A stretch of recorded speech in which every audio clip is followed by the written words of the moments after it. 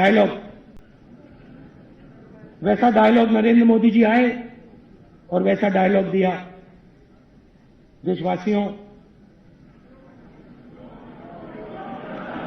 Sorry, माफी चाहता हूं।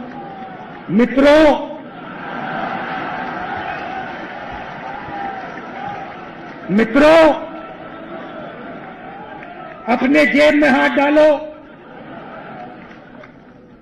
सबने अपने जेब में हाथ डाला। ये जो तुम्हारे जेब में 500,000 रुपए का नोट है, अब ये कागज हो गया है, कागज।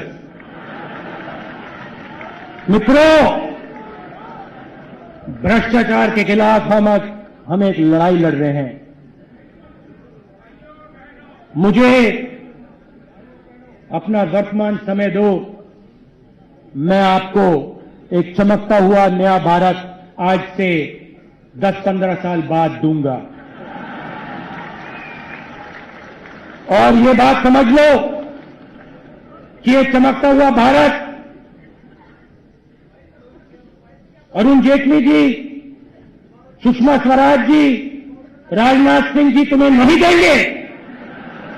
ये चमकता हुआ भारत सिर्फ तुम्हें नरेंद्र मोदी देगा।